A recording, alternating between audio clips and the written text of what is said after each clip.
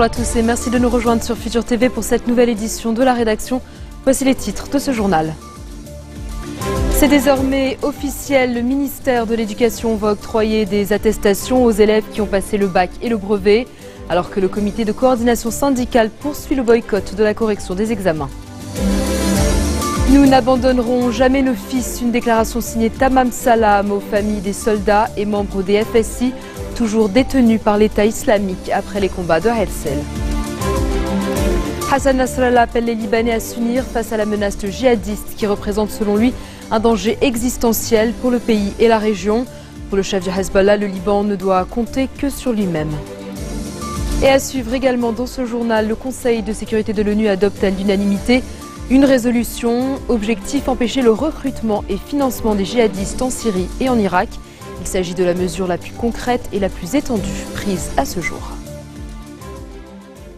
Le ministre de l'Éducation a tranché et finalement décidé d'octroyer des attestations à tous les élèves qui ont passé les épreuves du bac et du brevet au terme des négociations de la dernière chance. Sa décision est finale. Elias Boussarab l'a annoncé lors d'un point de presse, félicitant les élèves et refusant qu'ils soient pris en otage. Les attestations seront octroyées aux porteurs de cartes d'inscription aux examens officiels. Le comité de coordination syndicale poursuit le boycott de la correction des examens après le refus du gouvernement d'adopter la nouvelle grille des salaires. Cette grille prévoit une augmentation de 121% avec effet rétroactif. Le gouvernement estime qu'une telle hausse des salaires entraînerait la faillite de l'économie nationale. Une décision appuyée par la plupart des blocs parlementaires ainsi que par les experts économiques, notamment le gouverneur de la Banque du Liban et des organismes internationaux. Tamam Salam a reçu ce samedi au Grand Sérat une délégation de familles des soldats et des agents des forces de sécurité intérieure, toujours retenus par les djihadistes de l'État islamique. Le Premier ministre leur a assuré que tous les efforts possibles sont déployés pour les libérer, soulignant que l'État ne laissera jamais tomber ses fils. Il a exhorté les familles à faire preuve de patience et être conscients des tentatives d'exploitation de cette tragédie. Une trentaine de militaires ont été kidnappés par les combattants islamistes lors des récents combats à Herzl dans la Bekaa. Les discours de Hassan Nasrallah servent généralement à envoyer des messages à ses rivaux politiques ou aux gouvernements israéliens.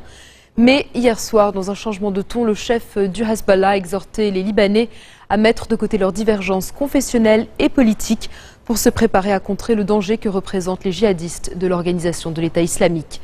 Il estime que les islamistes font partie d'une conspiration qui sert les intérêts israélo-américains et qui vise à remodeler la carte du Moyen-Orient. D'après lui, le Liban ne doit compter que sur lui-même et ne pas commettre l'erreur d'attendre une aide quelconque de la communauté internationale. Un mot à présent sur le dossier de la présidentielle libanaise. Walid Jumblat a une nouvelle fois rejeté toute intervention étrangère dans l'élection du successeur de Michel Sleiman.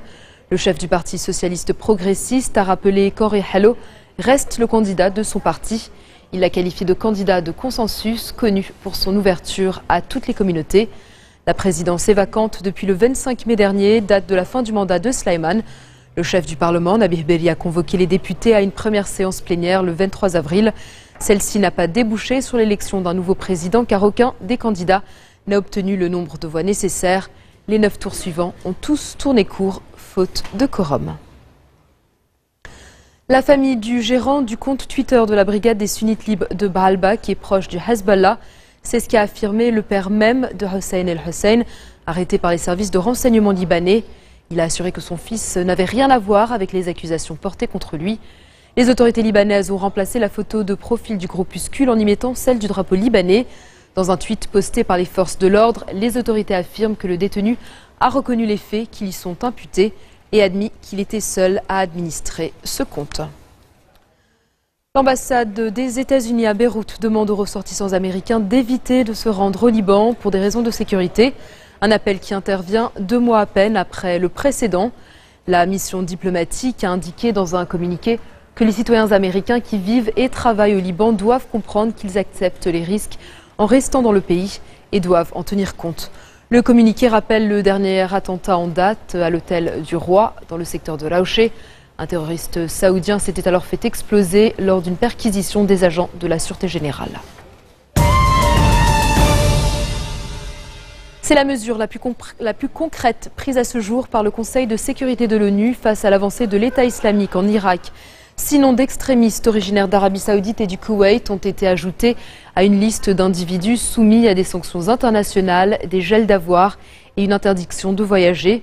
Le Conseil doit faire obstacle au financement terroriste et au réseau de recrutement de combattants étrangers qui alimentent la violence perpétrée par l'État islamique, le Front al-Nosra et d'autres complices d'Al-Qaïda dans la région.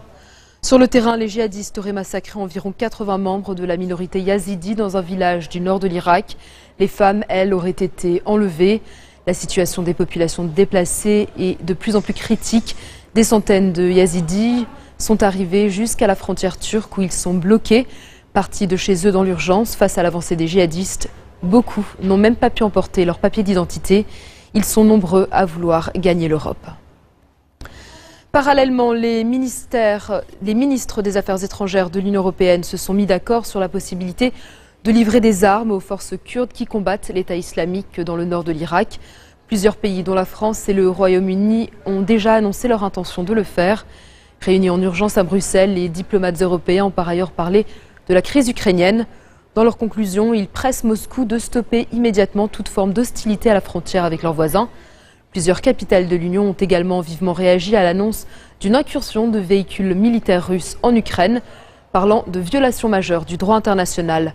Londres a convoqué l'ambassadeur russe pour clarifier ces informations.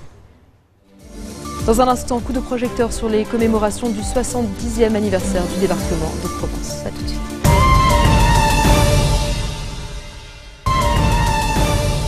Retour sur le plateau de l'info du 16-40. L'Afrique à l'honneur pour les 70 ans du débarquement de Provence. C'est à bord du porte-avions Charles de Gaulle que François Hollande a rendu un hommage appuyé aux troupes de cette armée d'Afrique qui a joué un rôle essentiel dans la réussite du débarquement dans le sud de la France le 15 août 1944, quand 450 000 hommes ont débarqué sur les plages du Var. S'exprimant devant les 13 chefs d'État et de gouvernements africains et devant les 150 vétérans présents, le président français a indiqué que c'est désormais à la France et à l'Europe de rendre au Sud ce qu'il a été capable d'apporter à l'été 1944. L'occasion également pour François Hollande de commenter l'actualité à Gaza, en Syrie et en Irak. On l'écoute.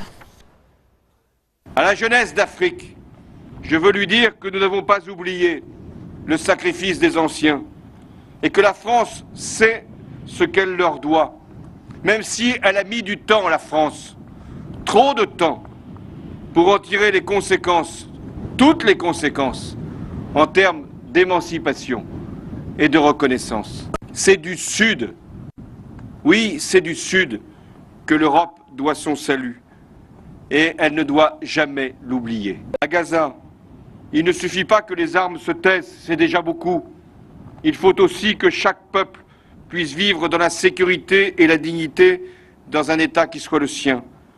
Et que d'ici là, les blocus et les entraves disparaissent à mesure que la confiance peut revenir.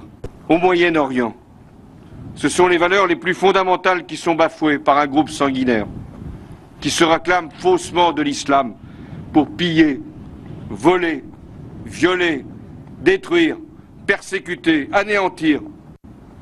Ce n'est pas simplement l'Irak ou la Syrie qui se trouvent menacés, c'est le monde qui est confronté à un défi humanitaire. Dans l'est de l'Angleterre, 31 personnes, dont un homme décédé et plusieurs enfants, ont été découvertes dans un conteneur sur le port de Tilbury. Très affaiblis, les clandestins ont été soignés sur place par des ambulanciers avant d'être conduits à l'hôpital. Le conteneur avait été déchargé d'un bateau en provenance de Zeebrugge, en Belgique.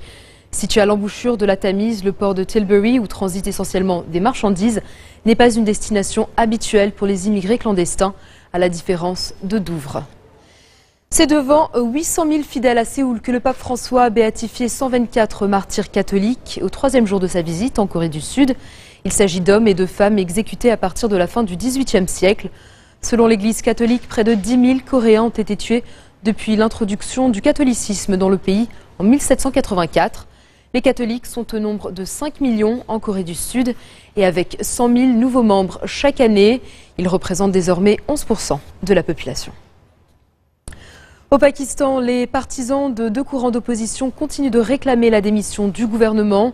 Dans une ambiance festive, des milliers de manifestants ont répondu à l'appel d'Imran Khan, l'ancien champion de cricket, et à celui du chef politico-religieux Tahir al-Qadri. Les deux ténors de l'opposition dénoncent des fraudes massives lors du scrutin qui a porté Nawaz Sharif à la tête du gouvernement il y a 15 mois. Selon certains analystes, ce mouvement de contestation est contrôlé en sous-main par l'armée pakistanaise. Depuis toujours, les sirènes, créatures mi-femme, mi-poisson, sont l'un des exemples les plus emblématiques des mythes et légendes de la mer qui fascinent les hommes et suscitent la curiosité. L'Aquarium de Paris propose une rencontre exceptionnelle avec l'une d'entre elles, Claire, la sirène.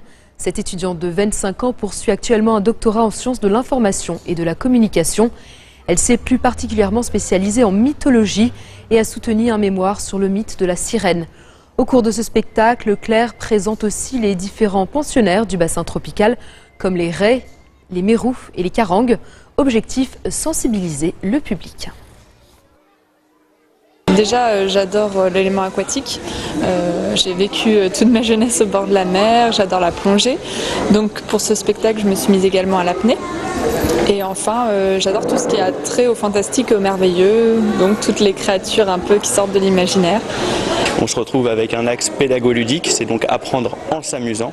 Et là, c'est proposer une expérience surprenante, que ce soit aux enfants ou aux parents, donc qui allie à la fois effets visuels assez impressionnants, beauté, grâce, tout ce que peut trouver dans le cadre de la sirène, mais également un message derrière. Le message, donc, justement, des espèces qui sont protégées, puisque notre but à l'aquarium, c'est de montrer des espèces rares protégées, voire même en état de disparition. C'est désormais officiel, le ministère de l'Éducation va octroyer des attestations aux élèves qui ont passé le bac et le brevet, alors que le comité de coordination syndicale poursuit le boycott de la correction des examens. Nous n'abandonnerons jamais nos fils, une déclaration signée Tamam Salam aux familles des soldats et membres des FSI toujours détenus par l'État islamique après les combats de Herzl. Hassan Nasrallah appelle les Libanais à s'unir face à la menace djihadiste qui représente selon lui un danger existentiel pour le pays et la région. Pour le chef du Hezbollah, le Liban ne doit compter que sur lui-même. Et puis le Conseil de sécurité de l'ONU adopte à l'unanimité une résolution. Objectif, empêcher le recrutement et financement des djihadistes en Syrie et en Irak. Il s'agit de la mesure la plus concrète et la plus étendue prise à ce jour. Merci de votre attention. Retrouvez-nous tous les jours à 16h40 heure de Beyrouth. Vous pouvez également nous suivre en ligne sur notre site web ou en téléchargeant notre application mobile. Vous retrouverez Serge Berberi à la barre du prochain JT. Excellente soirée à toutes et à tous.